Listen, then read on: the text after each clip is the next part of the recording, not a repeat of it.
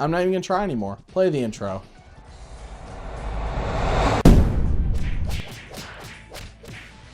Welcome back to VeggieTales on TV. This week we're looking at Esther, the girl who became queen, on TV. And yes, I'm not really sold on that title still, even now, because it really does give away, you know, kind of the whole plot within the title. And anybody who hasn't read the Bible story wouldn't even know that she becomes queen, but now they do. When's that sweater gonna be finished? Whatever do you mean? It is finished. Whoever knit it forgot to add arms. This is becoming a really stupid running joke. Please end it now. Mail, mail, here is your mail. It's here in my bag, not in bucket or pail. Yeah, we know. Just give us the mail already. We need to move on. Can we have the letter? Oh, yeah, it's right here. I'll just put it through the mail slot. I'll just, Is he serious right now? Please just hand it to Bob or Larry. I don't care which one. Just either of them is okay. Until next time, enjoy your mail. He needs to be fired. ASAP. I came as soon as I heard. Do you think you can help Elise? Can I help? Watch this. I hope this is as good as last time. I still need to lick that Eiffel Tower and find out if it tastes like a glazed donut. Here I am in Mexico. That was the best meal of my life. Took a lot of courage for me to eat those spicy hot jalapeno peppers, I can tell ya. Is Pa Grape going to show us a bunch of his meals that he had in other countries and say that it was courageous of him to eat them? Okay, I'm okay with that. Let's do it. And here I am in Paris. You want to talk about courage? I ate a crepe at the top of the Eiffel Tower, and I'm afraid of heights. I would be even more scared of that after finding out that the Eiffel Tower is made on donuts. That can't be very structurally sound. Why are all your vacation slides of food? Because the pyramids have been around for centuries, but that food was gone in 15 minutes. It was all delicious. I'm actually going to side with Pa Grape on this one. You can see a bunch of pictures of the pyramids, but you can only see like one of what he ate. Isn't that how Instagram got started? Elise, if you want to learn how to dig down deep inside and find the courage to stand up for what's right, why don't you watch this instead of Pa Grape's vacation slides? No countertop scene. This is not a good sign. A wise man once said not to be afraid of greatness. Wait, who is that? I'm talking about the voice. Who is the voice? I did some research on this and found that this voice isn't any character in VeggieTales. In fact, the voice doesn't even show up in any other VeggieTales episode. So they just picked some random New Yorker for the Esther episode to narrate.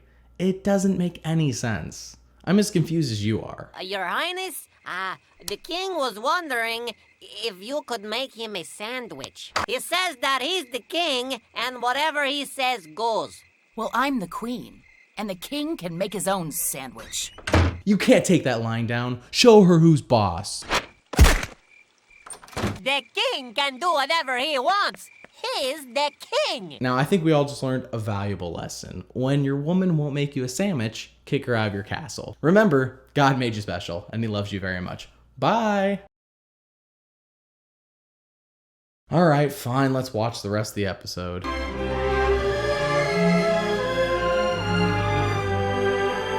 I just don't understand the point of this title. We don't know Esther yet. We don't even know who becomes queen yet. But now we know. We know everything that we need to know. There's no plot twist upcoming at all, which really makes like the next 10 minutes completely pointless. Imagine this. Imagine Esther, the girl who became queen, was how all movies were titled, such as The Sixth Sense, about the guy who's been dead the whole time.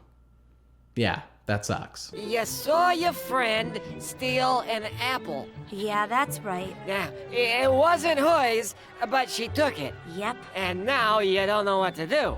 Yeah, what should I do? Exposition, exposition, exposition, exposition. We get it. Esther's gonna become queen. Stop screwing around with us. I know we have to establish she's a nice girl and she's likable, but can't we do it more creatively? I know you've done it before. I'm Rack.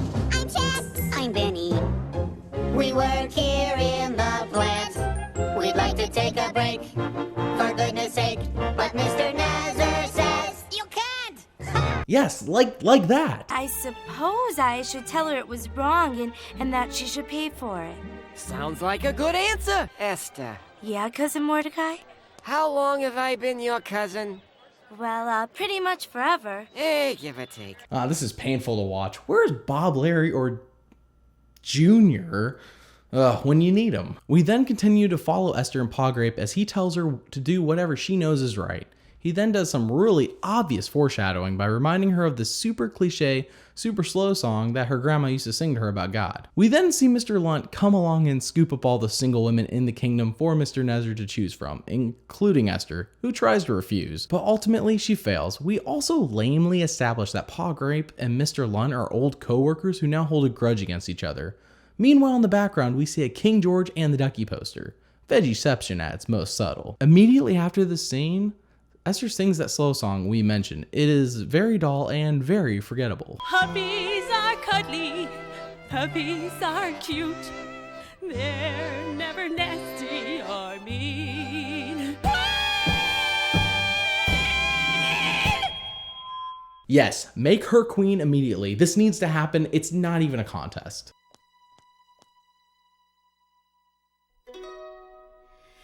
The battle is not ours. As I said before, we already know who's going to become queen. Skip. Queen Esther! I am utterly shocked. Next, we see Esther whining and crying like a teenage girl about how no one even asked her if she wanted to be queen. Oh, boo-hoo. I really don't know what she is whining about. All she had to do was be a crazy lady to lose. The puppy lady showed us perfectly how to fail. In fact, I'm pretty sure the puppy lady was trying not to be queen. Do you think she's gonna like me? Well, you're interesting, and she has basically been Buzzsaw Louie 2.0 so far, so I say you have a fair chance. Even if I weren't the king, say I was one of those guys who cleans up after the camels, or a lawyer or something, do you still think? You know, the king is a bit insecure for someone who is king. Why, any girl in the whole kingdom would be happy to make you a sandwich. King or no king. Assassination attempt on the king. Nice. Chris Nutrition approves this assassination attempt. Every newlywed needs a cake, no? Oh, you shouldn't have. It looks delicious. Why don't you bring me over a piece? You could come over here to eat it. This is gonna be so boss. The king is gonna die in a VeggieTales episode. But wait, that means plain Jane Esther will end up being queen. And I don't mean just queen, I mean like she'll be in charge. She'll be ruling everyone. Nah, I don't want that. Who wants that? Why can't Junior be king? Where is Junior? I kind of miss him. Oh, what am I saying? Snap out of it, Christian Nutrition guy. Doesn't it look yummy? Stop! It's a trap! Ugh. Esther would ruin the one cool thing to happen in this episode so far. Hey, aren't you the Peony brothers? The most wanted peas in Persia? And we could have taken over the kingdom if it wasn't for that meddling queen. Would have been mine if it hadn't been to those meddling kids. Hadn't been to those meddling kids. If it wasn't for you snoopers. Hadn't been to those meddling kids. Mr. Lunt then sends the peas to the island of perpetual tickling, a place where the tickling never ever ends. Afterwards, Mr. Lunt sings a catchy tune to the king in order to convince him to essentially banish all the Jews. Banish Pawgrape to the island of perpetual tickling. They must be busted. There are those who can't be trusted.